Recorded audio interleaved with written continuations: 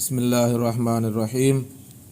ترجمان القرآن سیریز کے ایک اور سوال اور اس کے جواب، اور ضمناً اس کے ایک اور سوال اور اس کے جواب کے ساتھ حاضر ہیں۔ کسی نے پوچھا کہ جناب آپ نے مظاہر تقویٰ پر اپنے خیالات کی توثیق فرماتے ہوئے سنت اور بدعت کے بارے میں یہ الفاظ تحریر فرمائے ہیں کہ سنت اور بدعت وغیرہ اصطلاحات کے ان مفہومات کو میں غلط بلکہ دین میں تحریف سمجھتا ہوں جو آپ کے ہاں رائج ہیں۔ عرض ہے کہ یہ مسئلہ دراصل اصولی ہے، اس پر اگر اطمینان بخش فیصلہ ہو جائے تو بہت سے جزوی مسائل بلکہ اکثر نزاعات اور ذہنی الجھنیں ختم ہو جائیں۔ لہذا سنت اور عادت کی ایسی جامع تعریف فرما دیجیے جو معنی بھی ہو، اور اس کے ساتھ ہی بدعت کے متعلق بھی اپنی تحقیق سے ممنون فرمائے۔ مزید توضیح مقام کے لیے عرض ہے کہ آپ کا یہ ارشاد کہ آپ کا یہ خیال کہ نبی اکرم صلی اللہ علیہ وسلم جتنی بڑی داڑھی رکھتے تھے اتنی ہی بڑی داڑھی رکھنا سنت رسول یا اسوہ رسول ہے، یہ معنی رکھتا ہے کہ آپ عادات رسول کو بعین ہی وہ سنت سمجھ رہے ہیں جس کے جاری اور قائم کرنے کے لیے نبی اکرم صلی اللہ علیہ وسلم اور دوسرے انبیاء علیہم السلام مبعوث کیے جاتے رہے۔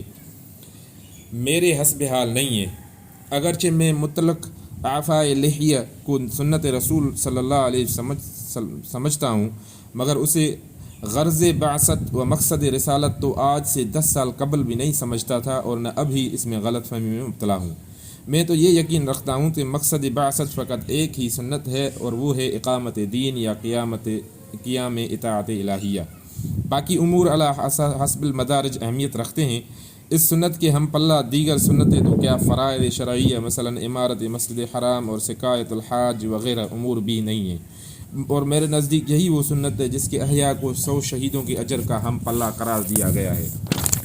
ہاں، حضور کریم صلی اللہ علیہ وسلم کے ذاتی اسوہ افعالیہ وغیرہ کو سنت مع بعد الفرائض شرعیہ تحال سمجھتا ہوں، اور اس کی توثیق یا تصحیح کے لیے یہ استفسار پیش خدمت ہے۔ جواب میں مولانا مودودی رحمۃ اللہ علیہ فرماتے ہیں کہ سنت کے متعلق لوگ عموماً یہ سمجھتے ہیں کہ نبی اکرم صلی اللہ علیہ وسلم نے جو کچھ اپنی زندگی میں کیا ہے وہ سب سنت ہے، لیکن یہ بات ایک بڑی حد تک درست ہونے کے باوجود ایک حد تک غلط بھی ہے۔ دراصل سنت اس طریقے عمل کو کہتے ہیں جس کے سکھانے اور جاری کرنے کے لیے اللہ تعالیٰ نے اپنے نبی کو مبعوث کیا تھا۔ اس سے شخصی زندگی کے وہ طریقے خارج ہیں جو نبی نے بحیثیت ایک انسان ہونے کے یا بحیثیت ایک شخص ہونے کے جو انسانی تاریخ کے خاص دور میں پیدا ہوا تھا اختیار کیے۔ یہ دونوں چیزیں کبھی ایک ہی عمل میں مخلوط ہوتی ہیں، اور ایسی صورت میں یہ فرق اور امتیاز کرنا کہ اس عمل کو کون سا جز سنت کے ہے اور کون سا جز عادت بغیر اس کے ممکن نہیں ہوتا کہ آدمی اچھی طرح دین کے مزاج کو سمجھ چکا ہو۔ اصولی طور پر یوں سمجھیے کہ انبیاء علیہ السلام انسان کو اخلاق صالحہ کی تعلیم دینے اور زندگی کے ایسے طریقے سکھانے کے لیے آتے رہیں جو فطرت اللہ التی فطر الناس علیہا الروم، اس فطرت پر جس پر اللہ تعالیٰ نے انسانوں کو پیدا کیا ہے کہ ٹھیک منشا کے مطابق ہوں۔ ان اخلاق صالحہ اور فطری طریقوں میں ایک چیز تو اصل و روح کی حیثیت رکھتی ہے، اور دوسری چیز قالب اور مظہر کی حیثیت۔ بعض امور میں روح اور قالب دونوں اسی شکل میں مطلوب ہوتے ہیں جس شکل میں نبی علیہ الصلاۃ والسلام اپنے قول اور عمل سے ان کو واضح کرتا ہے، اور بعض امور میں روح، اخلاق اور فطرت کے لیے نبی اکرم صلی اللہ علیہ وسلم اپنے مخصوص تمدنی حالات اور اپنے مخصوص افتاد مزاج کے لحاظ سے ایک خاص عملی قالب اختیار کرتا ہے، اور شریعت کا مطالبہ ہم سے صرف یہ ہوتا ہے کہ ہم اس روح، اخلاق اور فطرت کو اختیار کریں۔ رہا وہ عملی قالب جو پیغمبر صلی اللہ علیہ وسلم نے اختیار کیا تھا، تو اسے اختیار کرنے یا نہ کرنے کی شرعاً ہم کو آزادی ہوتی ہے۔ پہلے قسم کے معاملات میں سنت اور روح اور قالب دونوں کے مجموعے کا نام ہے۔ سنت، روح اور قالب دونوں کے مجموعے کے نام ہے۔ دوسرے قسم کے معاملات میں سنت صرف وہ روح اور اخلاق اور فطرت ہے جو شریعت میں مطلوب ہے، نہ کہ وہ عملی قالب جو صاحب شریعت نے اس کے اظہار کے لیے اختیار کیا۔ مثال کے طور پر دین کا منشا یہ ہے کہ ہم اللہ تعالیٰ کی عبادت اور اس کا ذکر کریں۔ اس کے لیے نبی اکرم صلی اللہ علیہ وسلم نے بعض اعمال تو ایسے اختیار کیے جن کے روح اور عملی قالب دونوں سنت ہیں، اور دونوں کی پیروی ہم پر لازم ہے، مثلا نماز، روزہ، حج، زکوٰۃ وغیرہ۔ اور بعض طریقے آپ صلی اللہ علیہ وسلم نے ایسے اختیار کیے جن کی روح تو ہمارے اعمال میں ضرور پائی جانی چاہیے، لیکن قالب کی ہو بہو پیروی کرنا لازم نہیں، بلکہ آزادی دی گئی ہے کہ ہم اس روح کے ظہور کے لیے جو عملی قالب مناسب سمجھیں اختیار کر لیں، مثلا دعائیں اور وہ عام اذکار جو حضور کریم صلی اللہ علیہ وسلم وقتاً فوقتاً کرتے تھے۔ ہم پر یہ لازم نہیں ہے کہ ہم بعین ہی انہی الفاظ میں دعائیں مانگیں جن الفاظ میں حضور کریم صلی اللہ علیہ وسلم مانگتے تھے، البتہ سنت کی پیروی کا تقاضا یہ ہے کہ ہم ان دعاؤں کی طرز اور ان کی معنوی خصوصیات کو ملحوظ رکھیں، اور جن الفاظ میں بھی دعائیں مانگیں ان کے اندر نبی اکرم صلی اللہ علیہ وسلم کے دعاؤں کی روح موجود ہو۔ اس طرح اذکار میں سنت صرف یہ ہے کہ آدمی اپنی زندگی کے مختلف حالات اور اعمال میں خدا کو یاد کرتا رہے، اس سے استفادہ کرے، اس سے مدد مانگے، اس کا شکر ادا کرے اور اس سے طلب خیر کرے۔ اس سنت کو حضور کریم صلی اللہ علیہ وسلم نے اپنی عملی زندگی میں ان مختلف اذکار کے ذریعے ظاہر اور جاری کیا جو حدیث میں مذکور ہیں۔ اگر کوئی شخص ان اذکار کو لفظ بلفظ یاد کر کے اسی طرح ان کا التزام کرے جس طرح حدیث میں بیان ہوا ہے تو یہ مستحسن یا مستحسب تو ہو سکتا ہے، لیکن اسے اتباع سنت کا لازمی تقاضا نہیں کہا جا سکتا۔ اگر کوئی شخص اس سنت کو اچھی طرح ذہن نشین کر کے کسی دوسرے طریقے سے اس پر عمل درآمد کرے اور اس کے لیے دوسرے الفاظ اختیار کر لے، تب بھی وہ بدستور متبع سنت رہے گا اور اس پر خلاف ورزی سنت کا الزام عائد نہیں ہوگا۔ یہی فرق تمدنی اور معاشرتی معاملات میں بھی ہے۔ مثلا لباس میں جن اخلاقی اور فطری حدود کو قائم کرنا نبی اکرم صلی اللہ علیہ وسلم کے مقاصد بعثت میں تھا، وہ یہ ہیں کہ لباس ساتر ہو، اس میں اسراف نہ ہو، اس میں تکبر کی شان نہ ہو، اس میں تشبہ بالکفار نہ ہو، وغیرہ وغیرہ۔ اس روح اخلاق اور فطرت کا مظاہرہ نبی اکرم صلی اللہ علیہ وسلم نے جس لباس میں کیا، اس میں بعض چیزیں تو ایسی ہیں جن کی پیروی جوں کی توں کرنی چاہیے، جیسے ستر کے حدود اور اسبال ازار سے اجتناب اور ریشم وغیرہ کے استعمال سے پرہیز، اور بعض چیزیں ایسی ہیں جو حضور کریم صلی اللہ علیہ وسلم کے اپنے شخصی مزاج اور قومی طرز اور معاشرت اور آپ صلی اللہ علیہ وسلم کے عہد کے تمدن سے تعلق رکھتی ہیں۔ ان کو سنت بنانا نہ تو مقصود تھا، نہ ان کی پیروی پر اس دلیل سے اصرار کیا جا سکتا ہے کہ اس حدیث کی روح سے اس طرز سے خاص کا لباس نبی صلی اللہ علیہ وسلم پہنتے تھے، اور نہ شرائع الہیہ اس غرض کے لیے آیا کرتی تھی کہ کسی شخص خاص کے ذاتی ذوق یا کسی قوم کے مخصوص تمدن یا کسی خاص زمانے کے رسم و رواج کو دنیا بھر کے لیے اور ہمیشہ کے لیے سنت بنا دیں۔ سنت کی اس تشریح کو اگر ملحوظ رکھا جائے تو یہ بات بآسانی سمجھ میں آ سکتی ہے کہ جو چیزیں اصطلاح شرعی میں سنت نہیں، ان کو خواہ مخواہ سنت قرار دے دینا من جملہ ان بدعات کے ہیں جن سے نظام دینی میں تحریف واقع ہو جاتی ہے۔ اب آئیں داڑھی کی مقدار کی طرف۔ اب خاص اس داڑھی کے معاملے کو لے لیجئے جس پر اس بحث کی ابتدا ہوئی ہے۔ اس معاملے میں جس روح اخلاق اور فطرت کو اللہ تعالیٰ نے ہمارے عملی زندگی میں نمایاں دیکھنا چاہتا ہے، وہ صرف یہ ہے کہ مونچھیں کم ہونی چاہیے، کم کی جائیں اور داڑھی بڑھائی جائے۔ اس کی ہدایت نبی کریم صلی اللہ علیہ وسلم نے ہم کو دی ہے اور یہی سنت ہے۔ اب رہی اس کی عملی صورت تو اس کا کوئی تعین نبی کریم صلی اللہ علیہ وسلم نے اپنے ارشاد سے نہیں فرمایا، حالانکہ کوئی امر اس میں مانع نہیں تھا کہ آپ اعفاء لحیہ کی مقدار اور قص شارب کی حد واضح طور پر مقرر فرما دیتے، یا کم از کم یہی فرما دیتے کہ داڑھی اور مونچھ کی ٹھیک وہی وضع رکھو جو میری ہے، جس طرح نبی مکرم صلی اللہ علیہ وسلم کے متعلق جس طرح نماز کے متعلق حضور صلی اللہ علیہ وسلم نے فرمایا تو اس طرح پڑھو جس طرح میں پڑھتا ہوں۔ صلو کما رأیتمونی اصلی، صحیح ابن حبان کتاب الصلاۃ باب الاذان حدیث 1658۔ پس جب کہ آپ صلی اللہ علیہ وسلم نے اس معاملے میں کوئی حد مقرر نہیں کی اور صرف ایک عام ہدایت دے کر ہم کو چھوڑ دیا، تو اس سے یہ بات خود بخود واضح ظاہر ہو جاتی ہے کہ جو روح اخلاق اور فطرت اس معاملے میں مطلوب ہے، اس کا منشا پورا کرنے کے لیے صرف اتنی بات کافی اور ضروری ہے کہ آدمی داڑھی رکھے اور مونچھ کم کرے۔ اگر کوئی مقدار بھی اس کے ساتھ ضروری ہوتی اور اس مقدار کا قائم کرنا بھی حضور صلی اللہ علیہ وسلم کے مشن کا کوئی جز ہوتا، تو آپ صلی اللہ علیہ وسلم ہرگز اس کے تعین میں کوئی کوتاہی نہ کرتے۔ مجمل حکم دینے کے لیے مجمل حکم دینے پر اکتفا کرنا اور تعین سے اجتناب کرنا خود اس بات کی دلیل ہے کہ شریعت اس معاملے میں لوگوں کو آزادی دینا چاہتی ہے۔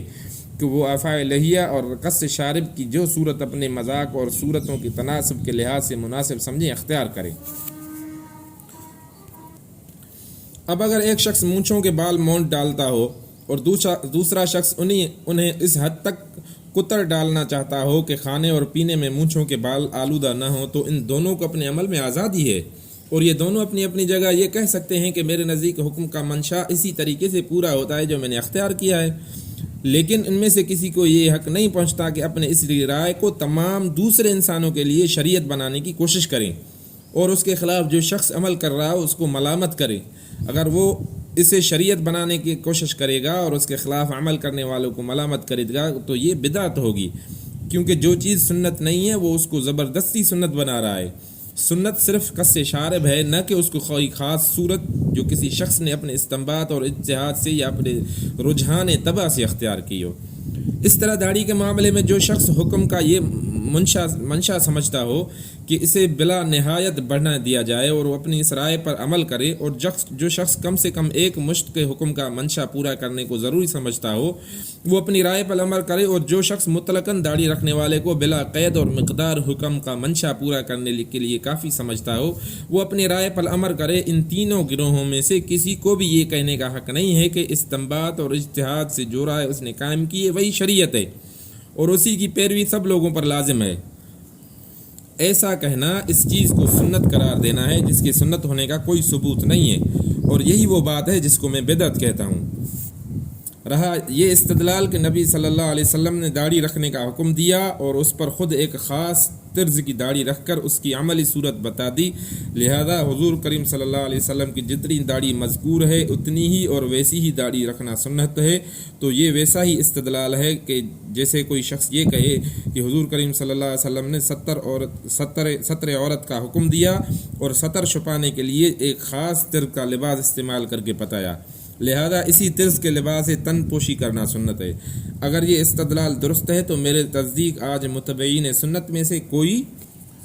شخص بھی اس سنت کا اتباع نہیں کر رہا۔ جیسا کہ میں پہلے عرض کر چکا ہوں، تمدن اور معاشرت کے معاملات میں ایک چیز وہ اخلاقی اصول ہیں جن کو زندگی میں جاری کرنے کے لیے نبی صلی اللہ علیہ وسلم تشریف لائے تھے، دوسری چیز وہ عملی صورتیں ہیں جن کو نبی اکرم صلی اللہ علیہ وسلم نے ان اصولوں کی پیروی کے لیے خود اپنی زندگی میں اختیار کیا۔ یہ عملی صورتیں کچھ تو حضور کریم صلی اللہ علیہ وسلم کے شخصی مذاق کے اور طبیعت کی پسند پر مبنی تھیں، کچھ اس ملک کے معاشرت پر جس میں آپ صلی اللہ علیہ وسلم میں آپ پیدا ہوئے تھے، کچھ اس ملک کے معاشرت پر جس میں آپ صلی اللہ علیہ وسلم پیدا ہوئے تھے، اور کچھ اس زمانے کے حالات پر جس میں آپ صلی اللہ علیہ وسلم مبعوث ہوئے تھے۔ ان میں سے کسی چیز کو بھی تمام اشخاص اور تمام اقوام اور تمام لوگوں کے لیے سنت بنا دینا مقصود نہیں ہے۔ ترجمان القرآن جنوری 1946۔ سوال کیا ہے اسی زمن میں کہ صحابہ کی داڑھیوں کی مقدار کیا بتا سکتے ہیں کہ کسی صحابی کی داڑھی ایک مشت سے کم تھی؟ جواب میں فرماتے ہیں مولانا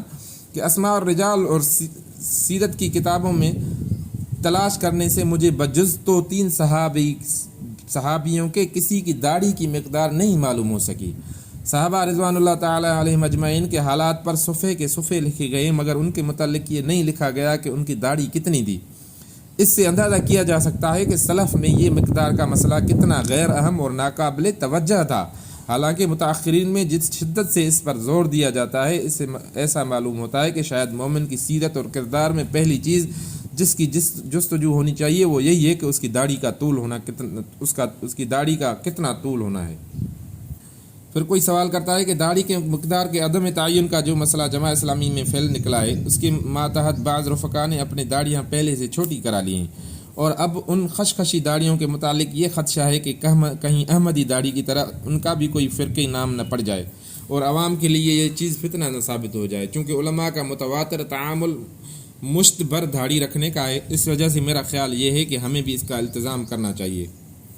جواب میں مولانا صاحب فرماتے ہیں کہ آپ کا قلب جس چیز پر گواہی دے آپ کو خود اس پر عمل کرنا چاہیے۔ میرے نزدیک کسی کی داڑھی کے چھوٹے یا بڑے ہونے سے کوئی خاص فرق واضح نہیں ہوتا۔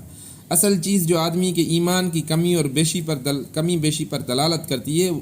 وہ تو اور ہی ہے۔ البتہ مجھے یہ اندیشہ ہوتا ہے کہ جس طرح ایمان کی کمی کو بعض ظاہری چیزوں کی بیشی سے پوری کرنے کی اب تک کوشش کی جاتی رہی ہے، کہیں جماعت اسلامی کے لوگ بھی کچھ اس مرض میں مبتلا نہ ہو جائیں۔ اگر کسی کی حقیقی جان نثاری اور وفاداری اللہ تعالیٰ کی راہ میں طویل ہو تو کوئی بڑا نقصان نہ ہو جائے گا اگر اس کی داڑھی قصیر ہو، لیکن اگر جان نثاری اور وفاداری قصیر ہے، یعنی کم ہے، صاد کے ساتھ قصیر ہے، تو یقین رکھیے کہ داڑھی کے طول کچھ بھی فائدہ نہ دے گا، بلکہ بعید نہیں کہ خدا کے ہاں اس پر فریب کاری اور مکاری کا مقدمہ چل جائے۔ آپ اس کی فکر نہ کیجیے کہ ہمارے جماعت کے ارکان کے متعلق لوگ کیا رائے قائم کریں گے اور ان کے ظاہر سے کیا اثر لیں گے۔ آپ کو اور ہمارے تمام رفقاء کو اپنے باطن کی فکر اپنے ظاہر سے بڑھ کر ہونی چاہیے، اور اسی طرح اپنے ان اعمال کی زیادہ فکر کرنی چاہیے جن پر خدا کی میزان میں آدمی کے ہلکے یا بھاری ہونے کا مدار ہے، کیونکہ اگر ایسے اعمال ہلکے رہ گئے تو بال برابر وزن رکھنے والی چیزوں کی کمی بیشی سے میزان الہی میں کوئی خاص فرق واقع ہونے کی توقع نہیں ہے۔ ترجمان القرآن، جون 1945۔